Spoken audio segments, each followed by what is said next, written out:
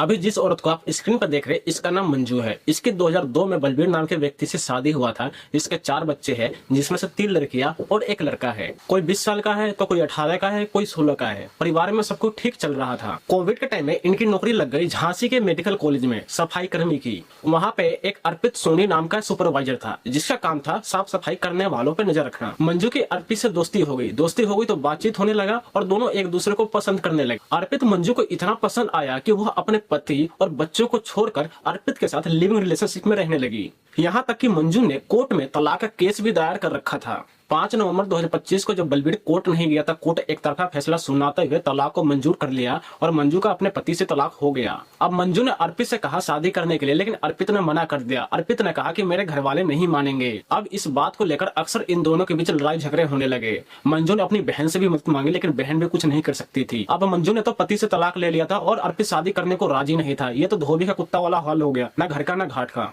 बच्चे कभी कभार मंजू से मिलने आ जाया करते थे क्योंकि वो उनकी माँ थी, लेकिन पति ने मिलने से साफ इनकार कर दिया। मंजू का पति मंजू को बिल्कुल देखना भी नहीं चाहता था। उसको नफरत हो गया था मंजू से और मंजू के पास और कोई दूसरा रास्ता बचा भी नहीं था। एक दिन अर्पित ने मंजू की बेटी को फोन करा और कहा कि तुम्हारी माँ ने सुसाइड कर लिया, आके अपनी माँ की लाश ले जाओ। जब बच्चे वहाँ पे पहुंचे तो उन्होंने देखा कि उनकी माँ वहाँ पे मरी पड़ी है। बच्चों का शक था कि अर्पित ने ही मारा है। बच्चों ने बताया कि मुझे अर्पित पे शक है, इसी ने मेरी माँ को मारा है। लेकिन अर्पित ने कहा कि मैंने इसकी माँ को नहीं मारा है, वो कई दिनों से अपने बच्चों से मिलना चाहती थी, इसी वजह से कई दिनों से परेशान थी, इसलिए परेशान थी। मंजू की बड़ी बहन ने कहा कि अर्पित ने शादी करने से मना कर दिया, इसी वजह से मंजू ने सुसाइड कर लिया। मंजू की बहन ने कहा कि मंजू इस पे विश्वास करती थी, उसने इसको विश्वास को तोड़ दिया, इसलिए वो टूट गई। उसके पास और कोई रास्ता बचा नहीं। ऐसे ही किसी के ऊपर विश्वास कर लेना और अपने परिवार को छोड़ देना, आखिर में उसका अंत ऐसा ही होता है।